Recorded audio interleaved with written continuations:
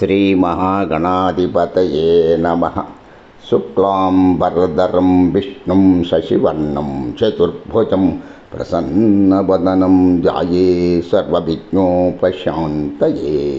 అగజానన పద్మార్కం గజాననమహర్నిశం అనేకదంతభక్తానాం ఏకదంతముపాస్మహే. శారదాంభోజవదనాం వదనాంబుజే సర్వదా సర్వదా అస్మాకం సన్నిధిం క్రియాత్. పూజంతం రామ రామేతి మధురం మధురాక్షరం ఆరుహ్య కవితా శాఖాం వందే వాల్మీకి కోకిలం. యత్ర యత్ర రఘునాథకీర్తనం తత్ర తత్ర కృతమస్తకాంజలిం బాష్పవారి పరిపూర్ణలోచనం మారుతిం నమత రాక్షసాంతకం. మనోజవం మారుతతుల్యవేగం జితేంద్రియం బుద్ధిమతాం వరిష్టం వతాత్మజం వానరయోధముఖ్యం శ్రీరామదూతం శిరసా నమామి. నమోస్తు రామాయ సలక్షణాయ దేవ్యై చ తస్యై జనకాత్మజాయై. నమోస్తు రుద్రేంద్రయమానిలేభ్యో నమో అస్తు చంద్రార్కమరుద్గణేభ్యః. అసాధ్య సాధక స్వామిన్ అసాధ్యం తవ కిం వద. రామదూతం కృపాసింధుం మత్కార్యం సాధయ ప్రభో. ప్రియ భగవద్బంధువులారా, సుందరకాండ 33వ సర్గ సీతతో హనుమంతుని సంభాషణ. సీతతో హనుమంతుని సంభాషణ 33వ సర్గ. సో అపతీర్య ద్రుమాత్తస్మాద్విద్రుమ ప్రతిమానన వినీతవేషః కృపణః ప్రణిపత్యోపసృత్య చ. సోవతీర్య ద్రుమాత్తస్మాద్విద్రుమపతి మాననః వినీతవేషః కృపణః ప్రణిపత్యోపనృత్య చ. పగడం మల్లే ఎర్రనైన ముఖ ప్రకాశం గలవాడు మహాతేజశాలి వాయునందనుడు అయిన ఆ హనుమంతుడు ఆ శింసుప వృక్షం మీద నుండి దిగాడు.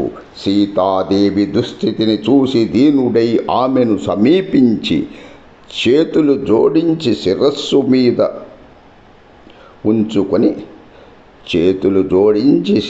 మీద ఉంచుకొని వినయంగా మధురంగా ఇలా మాట్లాడసాగాడు. పద్మపత్రాల వంటి నేత్రాలున్న ఓ దేవి, నలిగిన పట్టు వస్త్రాలు ధరించి ఉన్న సౌశీల్యవతి, చెట్టు కొమ్మను పట్టుకొని నిలబడి ఉన్నావు. నువ్వెవరివి? తామర పువ్వు రేకుల నుండి నీరు చెదిరి పడుతున్నట్లు నీ విశాల నేత్రాల నుండి ఎందుకిలా శోకంతో కన్నీరు స్రవిస్తున్నది? శోకంతో నీరు స్రవిస్తున్నది.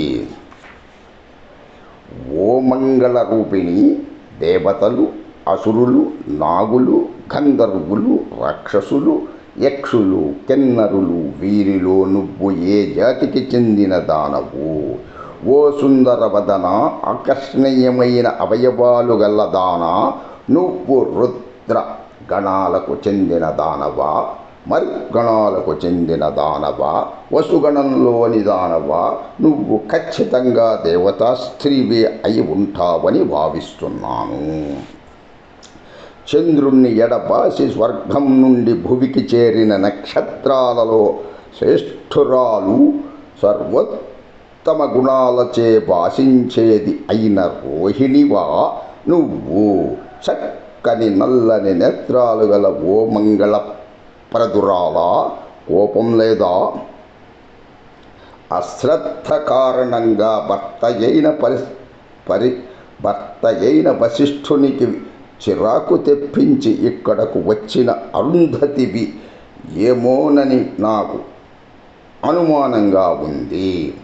చక్కని నడుము గల దాన, నీ పుత్రులెవరు? ఎవరు నీ తండ్రి? నీ సోదరులు ఎవరు? నీ భర్త ఎవరు? నువ్వు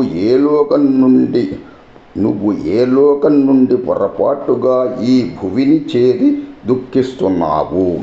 నువ్వు రోధించడం వల్ల, అధికంగా నిట్టూరుస్తుండడం వల్ల, భూమిని తాకి నిలబడడం వల్ల నీలో రాజలక్షణాలు కొట్టొచ్చినట్లు రావడం చేత నువ్వు దేవతా స్త్రీవి కావేమోనని కూడా అనుకుంటున్నాను.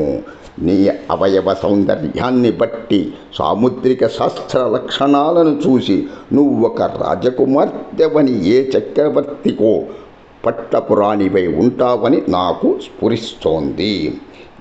జనస్థానం నుండి రావణుడు బలాత్కారంగా అపహరించి తీసుకువచ్చిన సీతాదేవివి నువ్వేనని నాకు అనుమానంగా ఉంది. నాలో కలిగిన ఈ అనుమానాన్ని రూఢీపరచు దేవి, నీకు శుభమవుతుందిగాక.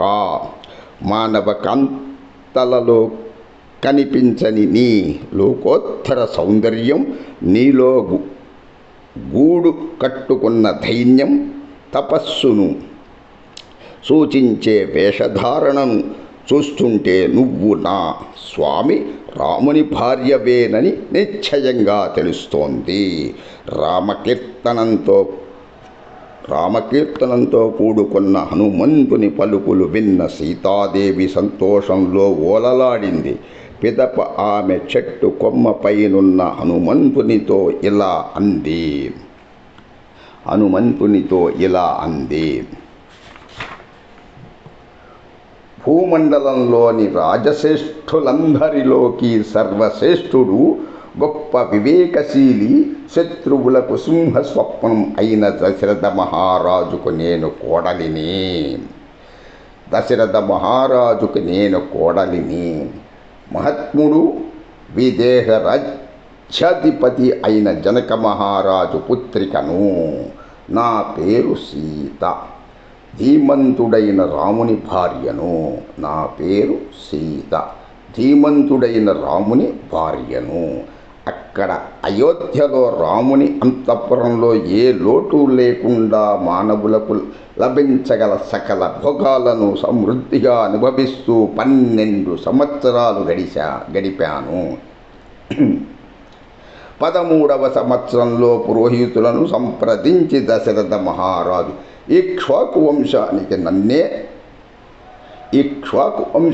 వన్య చేకూర్చే రాముని యువరాజుగా పట్టాభిషిక్తుని చేయాలని నిర్ణయించాడు. రాముని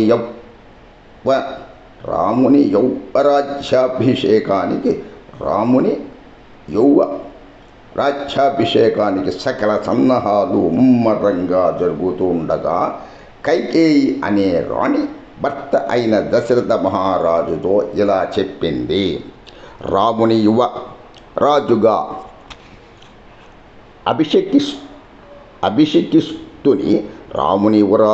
అభిషిక్తుని చేసే పక్షంలో నేను ఆమరణ పర్యంతం నిరాహార దీక్ష పాటిస్తాను. రాజులలో శ్రేష్ఠుడైన ఓ మహారాజా, నీవు గతంలో నా పట్ల గల ప్రేమతో నాకు వాగ్దానం ఇచ్చావు కదా. ఆ వాగ్దానం నిలబెట్టుకోవాలంటే రాముణ్ణి అరణ్యాలకు పంపించు. సత్యనిష్ఠాగరిష్ఠుడైన ఆ దశరథ మహారాజు గతంలో కైకేయికి వాగ్దానం చేసిన వరాలను తలపుకు తెచ్చుకొని ఆ అప్రియము కర్ణకలోరము, అప్రియము కర్ణకఠోరము అయిన ఆమె మాటలు విని మూర్ఛపోయాడు. సత్యధర్మాలకు కట్టుబడిన వృద్ధుడైన ఆ దశరథ మహారాజు కీర్తిశాలి, ప్రీతిపాత్రుడు. తన పెద్ద కుమారుడైన రాముని చూసి విలపిస్తూ, నీ రాజ్యాధిపత్య హక్కును భరతుని నిమిత్తం వదులుకో అని అర్థించాడు. సకల సద్గుణ సంపన్నుడైన రాముడు రాజ్యాభిషేకం కన్నా పితృవాక్య పరిపాలనే మిన్న అని భావించి సంతోషంగా మనస్ఫూర్తిగా తండ్రి విజ్ఞప్తికి సమ్మతించాడు. రాముడు సత్యనిష్ఠాగరిష్ఠుడు.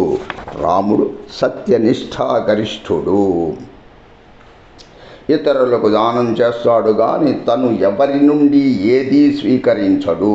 ప్రాణాపాయ సమయంలో కూడా ఎవ్వరి గురించి అప్రియంగా మాట్లాడడు. గొప్ప కీర్తిశాలి అయిన రాముడు తండ్రి మాట తూచ తప్పక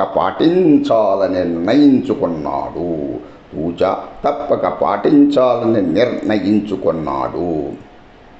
వెంటనే అమూల్యములైన పట్టు వస్త్రాలను విసర్జించి నారవస్త్రాలు ధరించి రాజ్యాన్ని పరిత్యజించి నన్ను తన తల్లి సంరక్షణలో ఉండమని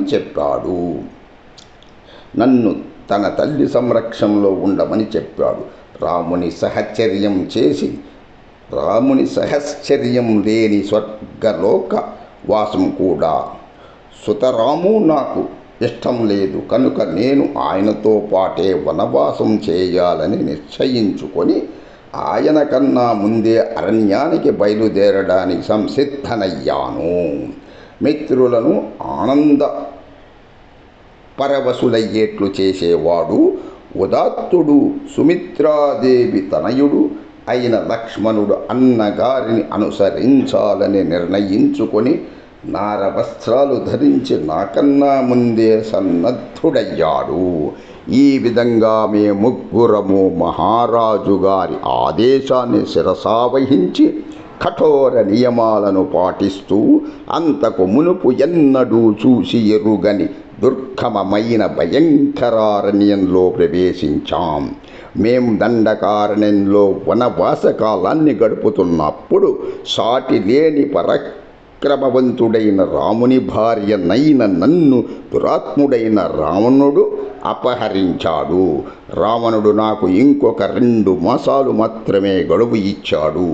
ఆ గడువు తీరగానే నేను ప్రాణత్యాగం చేస్తాను. జౌమాసౌ తేన మే కాలో జీవితానుగ్రహ కృత ఊర్ధ్వం భ్యాం తు మాసాభ్యాం తతస్యాఖ్యామి జీవితం. జౌమాసౌ తేన మే కాలో జీవితానుగ్రహ కృతః ఊర్ధ్వం ద్వాభ్యాం తు మాసాభ్యాం తతస్యాఖ్యామి జీవితం. రావణుడు నాకు ఇంకొక 2 మాసాలు మాత్రమే గడువు ఇచ్చాడు. ఆ గడువు తీరగానే నేను ప్రాణత్యాగం చేస్తాను. ఓం నమః శివాయ చ నమః శివాయ. సమస్త సన్మంగళాని భవంతు. సర్వే జనా సుఖినో భవంతు. లోకా సమస్తా సుఖినో భవంతు. సమస్త సన్మంగళాని భవంతు. సుందరమైనది సుందరకాండ సుందరమెంతో సుందరము. సుందరమైనది సుందరకాండ సుందరమెంతో సుందరము. ఓం శాంతి శాంతి శాంతి. అసాధ్య సాధక స్వామిన్ అసాధ్యం తవ కిం వద. రామదూతం కృపా సింధుం మత్కార్యం సాధయ ప్రభు. తదుపరి 34వ సఖ. సీత సందేహం హనుమంతుని రామగుణ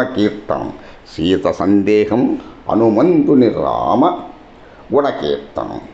దుఃఖ పరంపరతో కుమిలిపోతున్న ఆ సీతాదేవి వచనాలు విని వానర శ్రేష్ఠుడైన హనుమంతుడు ఆమెను ఓదారుస్తూ ఇలా పలికాడు.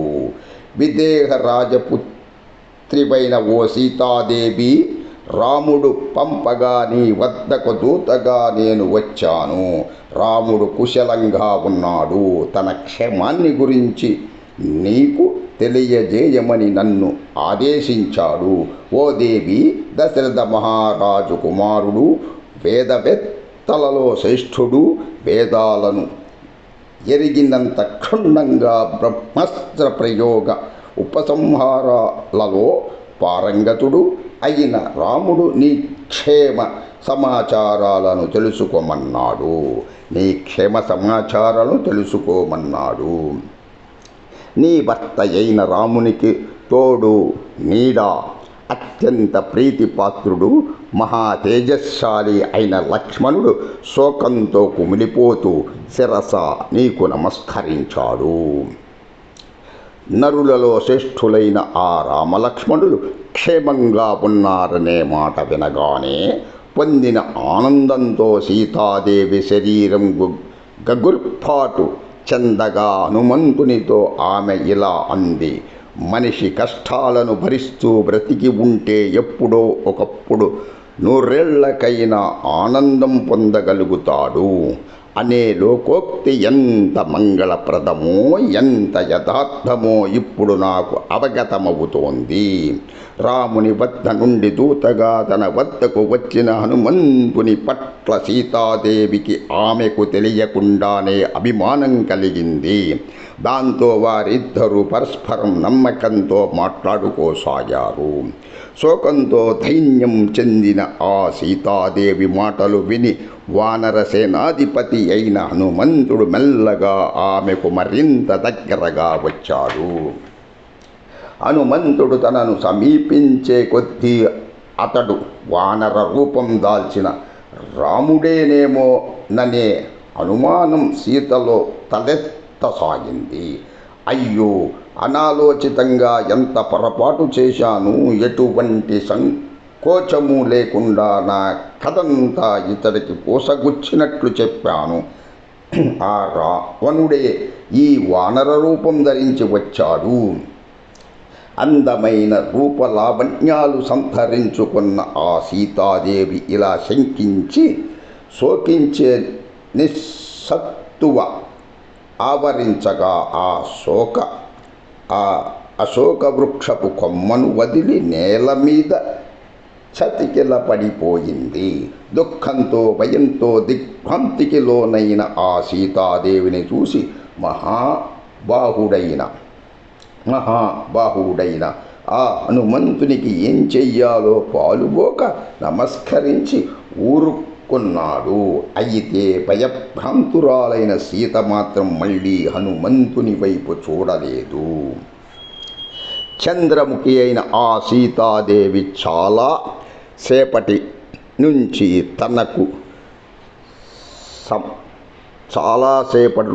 తనకు నమస్కరిస్తూ నిలబడ్డ హనుమంతుని చూసి భారంగా నిట్టూరుస్తూ మధుర స్వరంలో ఇలా పలికింది: నువ్వు వానర రూపం దాల్చి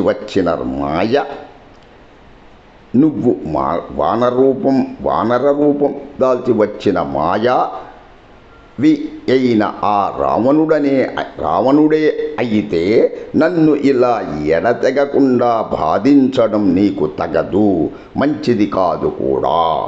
మునుపు జనస్థానంలో నీ నిజ రూపాన్ని విడిచి సన్యాసి రూపంలో నాకు కనిపించిన అదే రావణుడనే నువ్వు కోరిన రూపాన్ని ధరించగల ఓ రాక్షసుడా,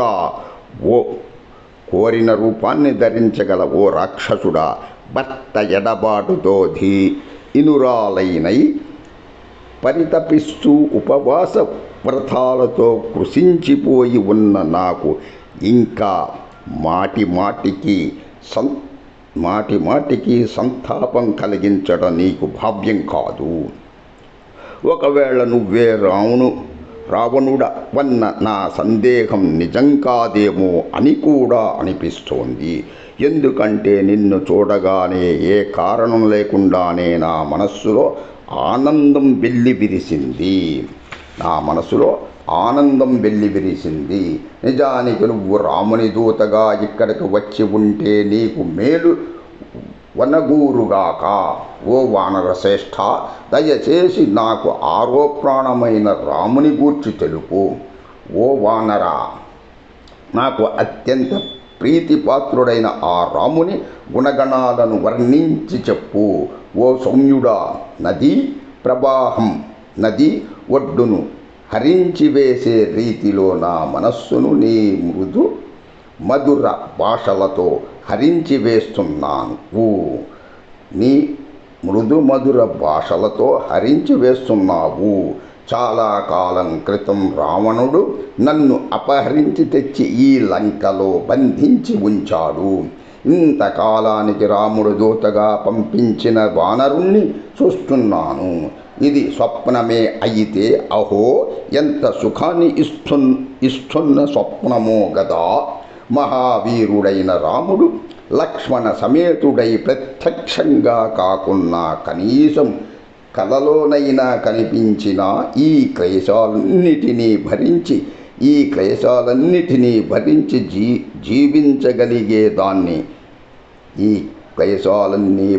జీవించగలిగేదాన్ని కానీ నా విషయంలో కల కూడా కక్ష కట్టింది.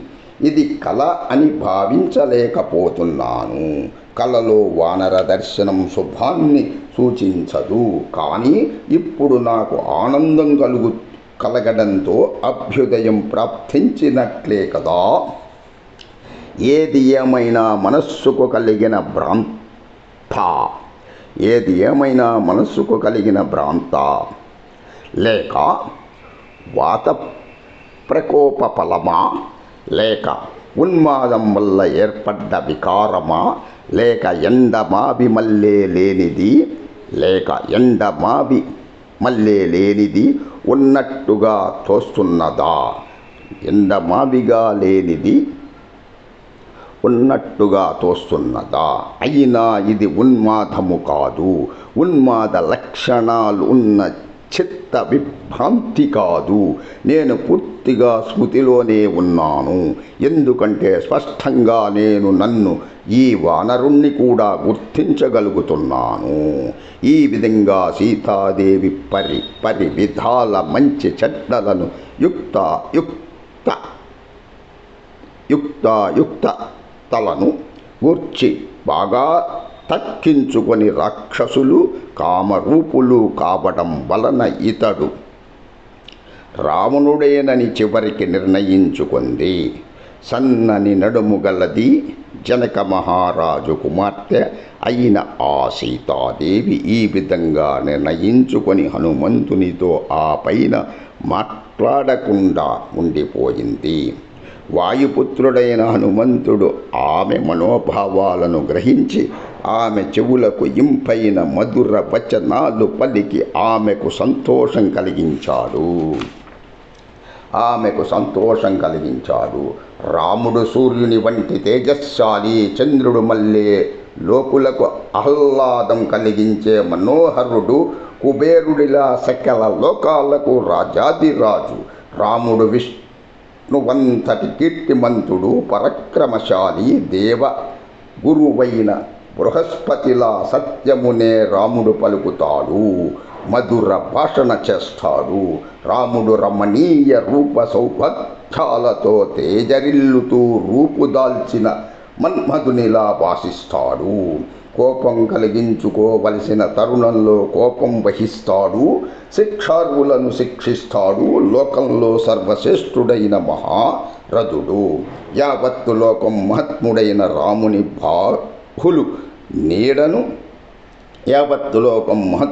రాముని బాహువుల నీడను ఆశ్రయించుకొని మనుగడ సాగిస్తున్నది. అటువంటి రామునికి మాయా మృగాన్ని చూపి పర్ణశాలకు దూరంగా పోయేట్లు రావణుడు పన్నాగం పన్నాడు. ఆ పన్నాగం ఫలించి పర్ణశాల శూన్యం కాగానే నిన్ను అపహరించాడు.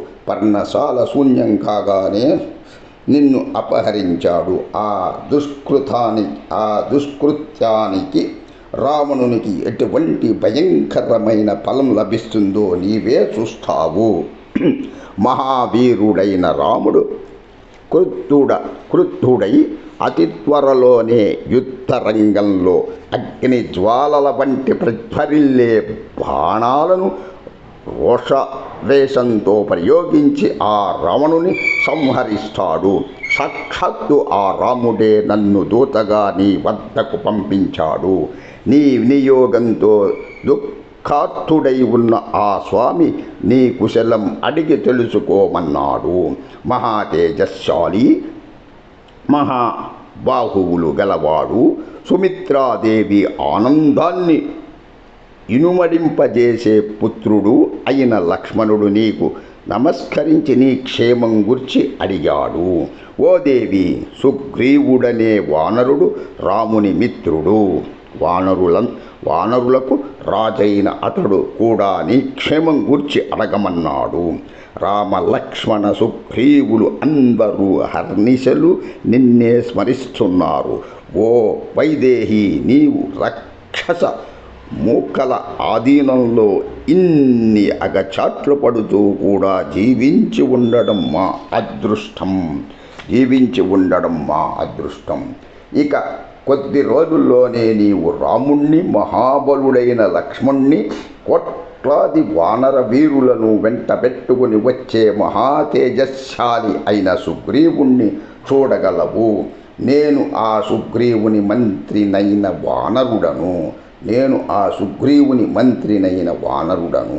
నా పేరు హనుమంతుడు. మహాసముద్రాన్ని లంఘించి లంకానగరంలో ప్రవేశించాను.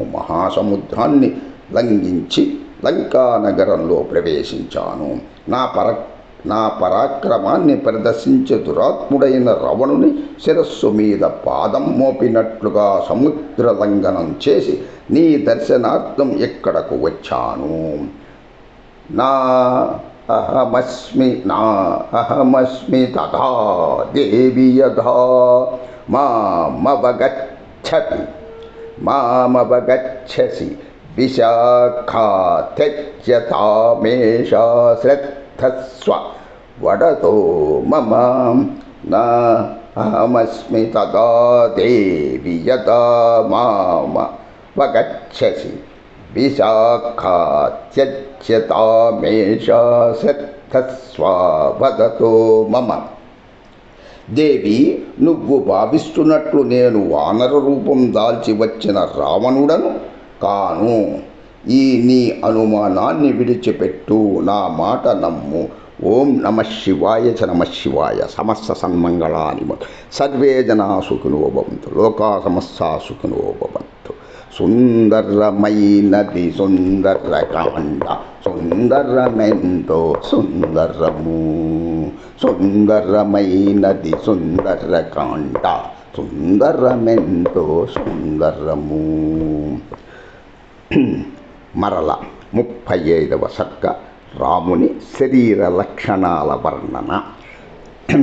సుందరకాండ తదుపరి 35వ సర్గ రాముని శరీర లక్షణాల వర్ణన. ఓం శాంతి శాంతి శాంతి.